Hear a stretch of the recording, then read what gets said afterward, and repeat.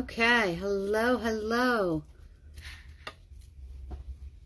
Good morning. Tuesday Talks at 10:30. I'm Evidential Medium Stacy Needenthal, where I come to you every Tuesday at 10:30 and we talk about different things. We talk about grief. We talk about dying. We talk about mediumship. We talk about meditation, coming back home, things that make us grow and expand and understand. But I like to talk about things that maybe you're not comfortable in speaking with others about. I want you to know that you're not alone, that we all have different feelings and different thought patterns. So that's why I'm here every Tuesday at 10:30, or every Tuesday for the most part at 10:30. So I always like to start with my intention. Hold on one second. So my name is Stacy. I'm a child of God, spiritual healer, evidential medium, and I have the ability to channel spirit using love and light for my higher good and the higher good of those that God puts in my path. I'm not the medium that says, I see death all around you and you're going to be dead in 10 days. My gift, my prayer is that God, spirit angels, bring in the most loving message to help your spirit heal. If you were to sit across from me during a reading, you would hear this intention, and that's kind of my light switch to let spirit know that I'm open and ready to channel. So I do that before Tuesday Talks because I want my channel to be open for my guides and angels to give me any information I need to add. So if you could just let me know that you're here, good morning, and that you can see me and hear me. Maybe let me know where you're watching from. If this is the first time you've been on, put a 1 so I can personally welcome you afterwards. Feel free to share the video if you feel drawn. But all of a sudden I get this here in my throat, but that's okay. So I thought it very fitting that since yesterday was Memorial Day, to talk about what memorials are, to talk about what Memorial Day represented. So, Memorial Day is created to honor, havre de grace, to honor our fallen soldiers, to bring awareness to those who defended our country, to honor them, to, bring attention to them. And there's a quote that says, may their legacy inspire us to be better citizens, to work towards a more peaceful world. And I love that we want their legacy to inspire us to live in a more peaceful world. You guys hear me talk all the time that I want to inspire others to love more, to live more, to be more open to new things, to allow your legacy, your honor to live on through your family and friends and your children and your grandchildren and children's children and so on and so forth. So honoring and mourning the U.S. military personnel who died in the armed forces. And, John 15:13, I have to bring God into it because I would not be who I am without God. But John 15:13 says, there is no greater love than a person who would lay down their life for the sake of their family and friends. And I just really want that to sink into you when you think about all of our military. They literally lay down their lives and they're running into danger. They're to save others. Our police, our emergency personnel, EMTs, firefighters, they're running into danger in order to save others. No greater love than this, than a person that would lay down their life for family and friends. So it's that time to honor those fallen soldiers. It's time to honor those who run into the face of danger, so that we, people that don't even know, can live in freedom, can live without harm or be saved from harm. So it's days like Memorial Day that it makes me think about memories. I go into my memory bank and I think of those that I have lost and who have gone before me. And they may not necessarily have served, but their memories are still with me and I want to honor them. and oh gosh, I just lost my train of thought. You know, how do I even begin to honor those who fought so that I could have freedom? How do I begin to honor my loved ones who set different precedents in our family so that I could live in a comfortable world? And I know that not all worlds are comfortable, and I know right now it's a little, I don't know, staticky, I guess is a good word. But think how staticky and think how unsafe it would be had those men and women before us not done this. If our parents and our grandparents would not have set up traditions for us to live and to learn. I get, it bothers me. I guess it's a pet peeve when someone says to me, "Happy Memorial Day." There's nothing happy about it. You know, happy day that you passed, happy day that you did not come home. I feel like we need to say something more along the lines of happy, honorable memorization day or Memorial Day. You know, we want to honor them. Happy Honor Day, where I'm honoring you.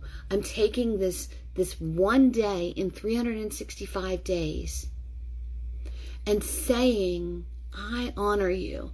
But don't you believe we should honor them every single day?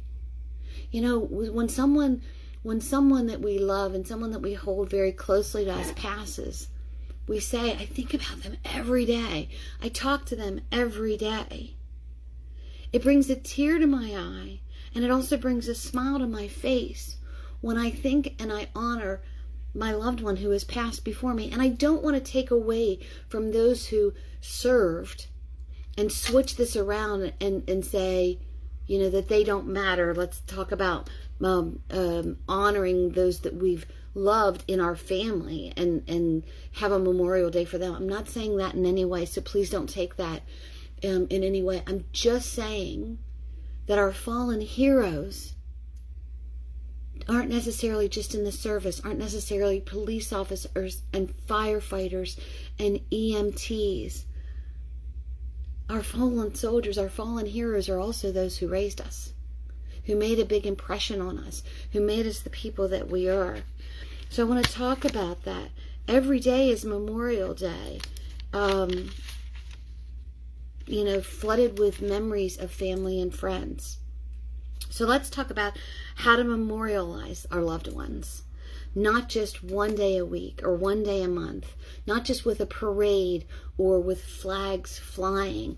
That's a time where the world says, let's come together and honor them. You know, and if the biggest thing that you can do is a parade or put a flag on their cemetery plot or stop for a minute and have a conversation about them, do the most that you can to honor them, honoring who they were in conversations, and continuing that conversation not just with the people who remember them, but also those who don't remember them, those who maybe weren't around when they were here. You know, I had an Uncle Jack, my mom's brother, who served in, oh my gosh, I think it was the Korean War. Trying to think if it was the Korean War or Vietnam, but I'm pretty sure it was the Korean War. And when he came home, his family, of course, honored him. He made it home. But a few months later, he was killed in a car accident. So he made it home in time to still lose his life. But he was still a big hero to my mom and to the family. I think about the legacy that we leave behind for our children and our grandchildren. And I'd like to think about what my legacy is. What do you want to be remembered for? I think about this a lot, and I know maybe it's a little morbid, but I feel like I think about it because it drives me to be a better person. I'm a, you know, whether you follow astrology or not, but I'm a Leo. And I read something one time, and it was the trait of a Leo. And it was a caution, basically. You know, if you see someone in a hole, that is hurt find help. Help them instead of jumping in the hole with them. And I am a jump in the hole with them type of person. But I know that that isn't always the right thing to do. So I have to think to myself, how do I want to be remembered? Do I just want to be remembered as the person who would jump in the hole and now we're both stuck? Or the person who finds resolution, who truly helps, who truly shows love and admiration for others? You know, gosh, I'm going on and on off my writing, but that's okay. So I want you to think about, what do you want to be remembered for? Make a list of it. Make a list of things that you want to be remembered for, and then strive to accomplish that list. No one prepared any of our soldiers, any of our armed forces, any of our emergency EMTs, firefighters, policemen. No one prepared them for what they would see and what they would go through. But they did it anyway. So I want you to think about, what were you prepared for and what weren't you prepared for? And how did you handle the situation? And is this a memory that you would want others to remember? You know, there are different ways to memorialize people. My mom was a gardener. She freaking loved to garden. I didn't get any of that. My sister has it. And you've heard me talk before. Just the thought of dirt under my fingernails, it makes me shudder. I don't like having dirty fingernails. See? No. But my mom made this angel garden, and she picked specific plants, specific flowers for certain people. And I don't remember all the different flowers that she chose for certain people, but I do remember my father's first name is William, so she planted Sweet William for him. And my daughter, she always called Curly Locks, her little curly locks. So she planted, and I can't remember the name of the plant, but it was Curly something. But she thought about each one of the people who she loved and adored, who were on this plane as well as on the other plane, and she planted a flower for each one of them. And of course she had angels in there and wings in there because it was her angel garden. And then once she had it completed, we all had to sit in the garden, and she needed to take a picture of it. I need to dig that picture up, by the way. But we do memorials, whether we're planting trees, whether we put a bench in the park with someone's name on it. You know, we were in Gettysburg yesterday, and there are bricks, you know, with certain people's names on them and their birth date and their death date to forever memorialize them. People form foundations. There's traditions that you can continue in honor of them. Every Christmas, my mom always wore this Christmas sweater, and every Christmas I have a chair in the corner with her sweater on it, and I will pass that sweater down to my kids. And hopefully they will continue that in memory of the way that my mother loved Christmas. Naming your children after those who have gone before you. It's memorializing them. It's keeping their name going. Thumbprint jewelry, cremation jewelry, and things like that. But there's all these different ways to keep their memory alive. And I often wonder, are we doing it in honor of them, or are we doing it to help us through grief and healing? And I think it's a little bit of both. I truly do. I have, you know, pictures of my mom sitting in my office, and I have her thumbprint necklace hanging in my bedroom so that when I see it, I think of her. And I've read different books about grief and about death and dying. Heck, there's probably 1, 2, 3, 4, there's 5 sitting behind me. And I read these books because I want to be prepared. But like I said, nobody can ever prepare us. But I also want to help prepare my children and my grandchildren, because one day I won't be here. And out of all of the wonderful things that my mother did for me, she never prepared me for her death. We never spoke about it. Even in, you know, the last few days, we spoke a little bit about it, but not much. But I never asked her, like, you know, what do you want to be remembered for? So in these books that I've read, it talks about when someone is passing or someone is dying or someone is ill, to ask them questions. Sorry, my dog is in here and he's making all kinds of noises. I think he just broke through into my other arm. So it's coming up with a list of questions that maybe you want answers to that you don't know. And some questions could be, what's your favorite memory in your life? What's your favorite memory of me? Favorite color, favorite place to eat. What was the best place you ever traveled to and why? Have them remember this. Record it. Have this recording. When my uncle turned 99, and you all have heard me in the past talk about my Uncle Glenn. And I absolutely adored this man. And he was a World War II veteran. And on his 99th birthday, we went to visit him. I got him a little something. But what he gave to me, I recorded his voice.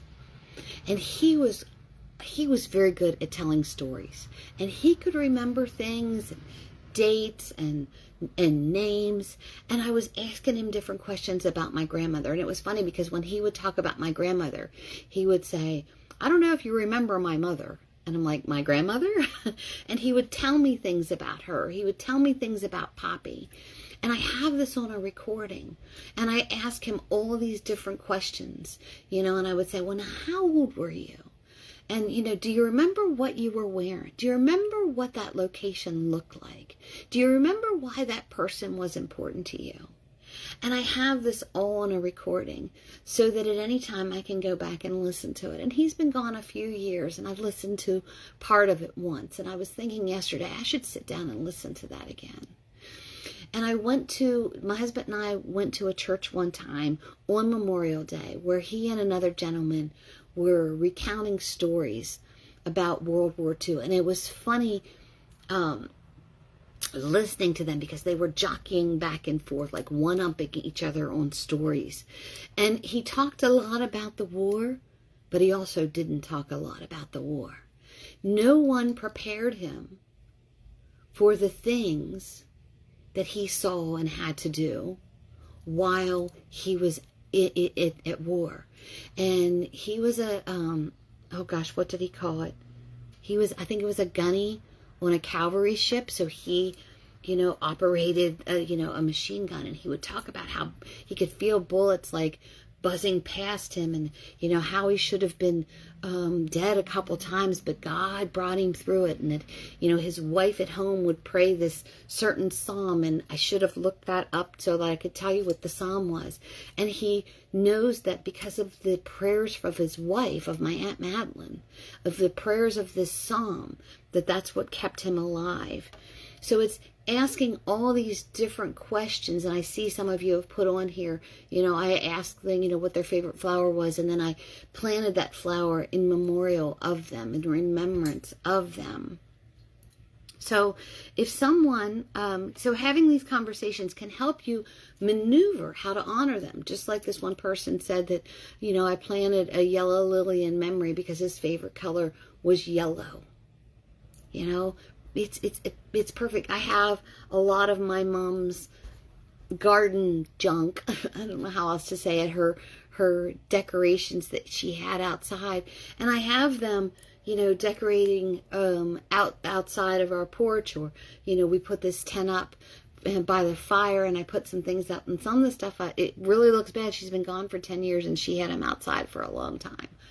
And I think to myself, I'll probably someday replace some of them because they kind of look a little cheesy or a little worn. But you know what? They brought joy to my mom. So when I sit out underneath the tent and I see these things, it transports me back to sitting in her yard, or when she would talk about these different things.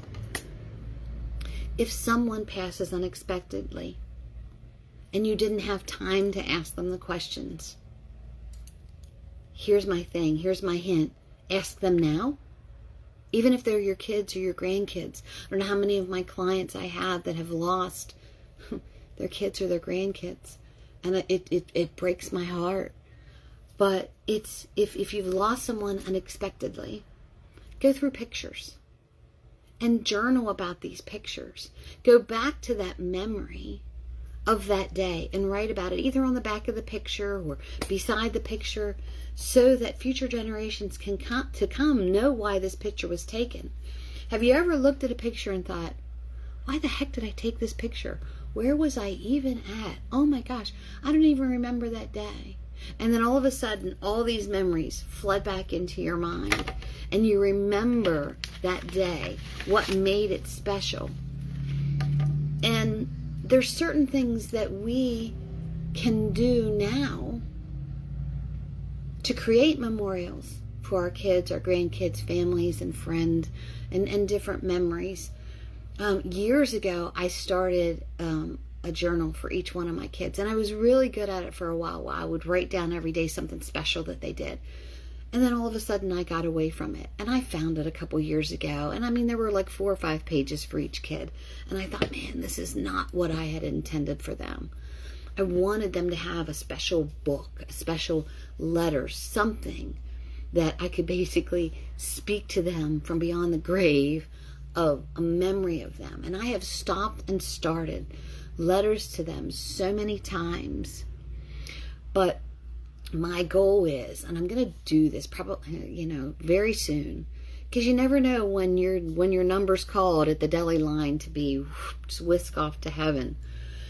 But I want to write a letter to all the people who are important to me, to my husband, to my kids, to my grandkids, and even to my grandkids' kids who aren't even here, to tell them memories of when they were born and special things that they did.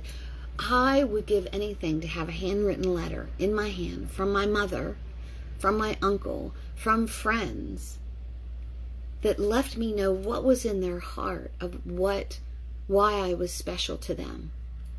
And I have this goal, I guess is a good way to say it. I have this vision, I'll put it that way, to make a difference in as many people's lives as possible, to help them heal through something or have a better understanding of something, not just because of my advice or something that I may say, just for being in their life. When we have friends who are going through something and we think that we have the answers and we just talk and talk and talk. Sometimes we listen to talk. Sometimes we listen to answer. But sometimes we just need to listen and just be there. I watched this podcast a couple months ago, and the podcaster was talking to his guest about a loss that he had encountered. And the guest got all choked up and had a hard time talking about it. And the podcaster could have said, let's change the subject. Let me ask you another question. But the podcaster just kind of sat back and said to the guest, and it brings a tear to my eye, is it okay if we just sit in this moment? I just want to sit here with you. You don't need to say anything. I just want to be present and let you know that I am here with you. And the guests just kind of shook their head, yes, and they went through internally, externally, whatever silent emotion that they needed to go through. But I thought, this is something that I will forever remember, that if I have a friend going through something, the Leo in me doesn't need to jump into that something with them. I can just say to them, is it okay if I just sit here with you and be present with you and allow you to go through whatever it is that you're going through right now, knowing that you're not alone? You're honoring that person's feelings. And to me, for that person, that's a memory that they're always going to remember. I remember this, I don't remember who the podcast was. I know what he looked like and I know what his guests looked like, but I don't remember what their name was. But it touched my heart. They didn't need to be nosy. You know how some of these media people are, where they want to push and push and push and push and push and get that person to break and talk about these things. But this person had enough respect to say to them, I'm just going to sit here with you for a moment. Isn't that what Memorial Day is about? Sitting with those who we honor for this moment in time, to forever remember what they did, even if we don't know what they did, because no one prepared them for what they saw or what they had to do. But I'm saying, I'm going to sit here with you, with the memory of you, even if I don't know you, because you went into the face of danger not knowing me. I wasn't even born during World War II. But my uncle went into the face of danger for future generations to come, so that we could be a peaceful nation. And isn't that what we live to do for our family and friends? We live so that they can have a better life. How many times I have said to my kids, I'm sorry I wasn't the mom that you needed all the time, but I tried my best. And know that everything that I did with the knowledge that I had at the time to protect you, to help you grow. And yes, I made a lot of mistakes, but look at the person that you are right now. And that was not me. That's all you. I could only prepare you for so much. You took the reins and you ran with the life that you have. And I am so proud of you. Right? Do you think when my grandmother and my poppy were raising their children that they knew what one would be in World War II, one would be in Korea, and one would be in Vietnam? These were uncles that chose to serve. We have family and friends, men and women, who choose to serve, to protect our nation, who run into danger. You hear a gunshot, we run the other way. They run into it to protect us. So, how do you honor, memorialize, think about those who have gone before you? I did not know at the time, on my uncle's 99th birthday, when I recorded his voice, that 2 months and 28 days later, he would no longer be with me. I have a picture of him in his Navy uniform that he was so proud of. And even in your head, you might think, what's this 90-year-old man walking around in his Navy uniform for? But Memorial Day, 4th of July, he would go into church with this on because he was so proud of what he had done. Even though some of the things that he had seen and done gave him night terrors. He didn't want to talk about them, brought a tear to his eye. But he knew he was doing it for others. No greater love is there than someone who will put down their life for someone else. All of our armed forces do that every single day. Medical, emergency responders, they do that every single day. They have no idea what they're doing, or I don't want to say it that way, what their day is going to bring. All they know is, I'm here to protect and to serve. So, think about how you want to be remembered and honored. Honor those who have gone before you, whether we're in the military, emergency services, but those whose job was to protect and serve you. I would run through fire for my kids, for my grandkids, for my husband, and I know that they would do it for me. And maybe I wasn't always the best emotional support for my kids, but they know without a doubt. They call me, they need me, I will drop everything and I will be there for them.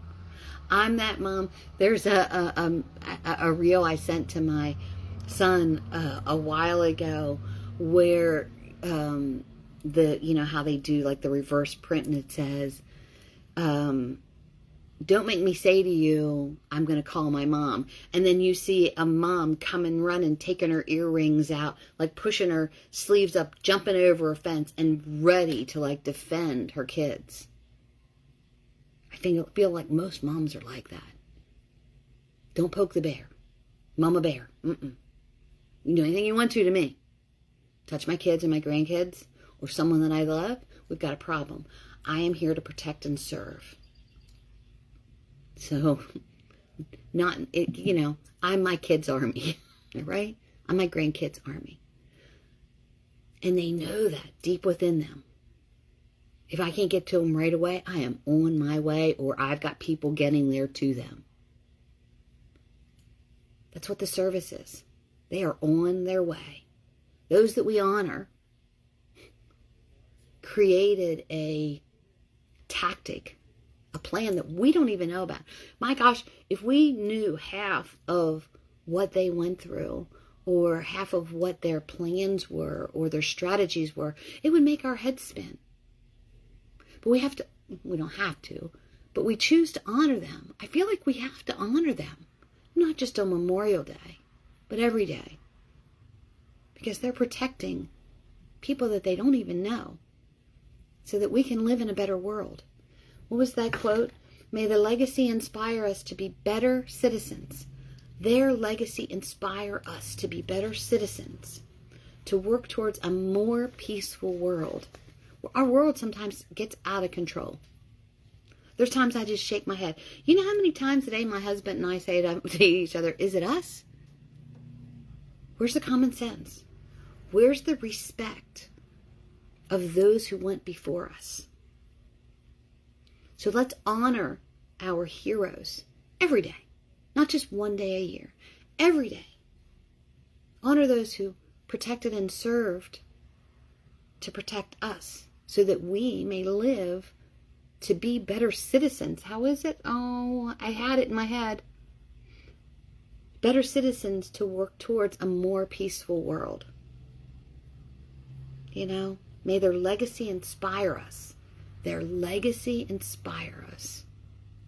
When I would hear my Uncle Glenn talk about, in his Navy uniform, in his blues, with his cap, when I would hear him talk about things that he did in the service, and he would smile because you could see how proud he was. And he was a tough old guy.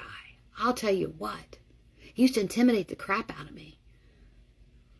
And up until he was even 90, when he would walk, he had this skip in his step. And I would think to myself, that old man could still take me. He was like Popeye.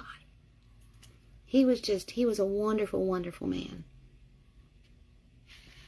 But he went through some hard times. He fought some memories that none of us would want to fight. I mean, I've had night terrors, but none that would compare to what he saw and what he went through at 18, 19, 20 years old.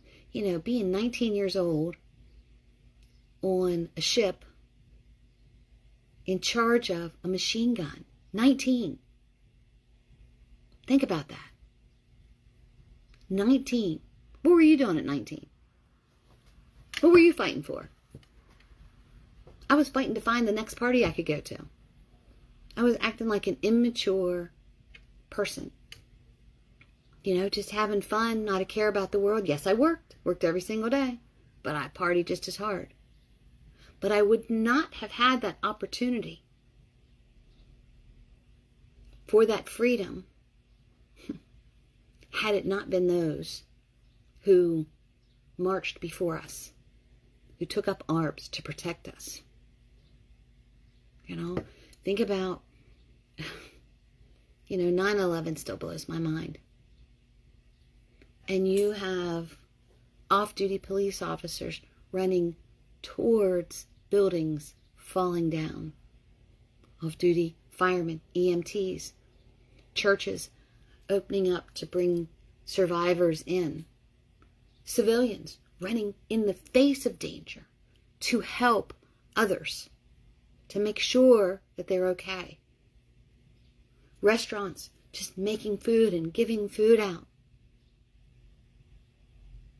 And then knowing our armed forces would be at call to go overseas to defend us. And they're still there. How many years later? And we don't honor them every day. We choose one day a year. Honor them every single day. If you're a prayer, I'm a prayer. Send protective vibes out to all of your armed forces every night, every morning when you say a prayer. To all those in need, who need healing, who need protection. Let's honor them every single day. Let's keep them in our thoughts. May the legacy inspire us. May their legacy. What's your legacy? No matter what I do all my life, it will never, ever be close to the legacy of my uncle in World War II, to my uncle in Vietnam, to uncles in Korea, to friends and family in Desert Storm. Ever. So honor them, respect them, because no greater love is that than of someone who will lay their life down for someone they don't know, for a friend. John 15:13. And you always hear, some gave all. Some did give all. Some men and women never returned home. And when they did return home, maybe they weren't the same. Honor them. Respect them. Never forget what they gave for us so that we can live with the freedoms that we have. And respect them enough not to try to change our freedoms that we have had. Some things have gotten a little out of control. Okay? So, this is Tuesday Talks at 10:30. I am evidential medium Stacy Niedenthal. I stand in awe of our armed forces, emergency medical staff, emergency responders. No one prepared them for what they saw, what they did, what they were called to do. But they figured it out and they did it. And why did they do it? For us. I hope that you all are living the life you love. You're loving the life you live. If not, maybe you're the only one that can change it. Find honor within yourself to share with others, to do for others, to be for others. And honor those who went before us. All right, guys. I'll see you next Tuesday at 10:30. I love you. I honor you. And I hope you have a great and wonderful day. Peace out. Talk to you next week. Bye-bye.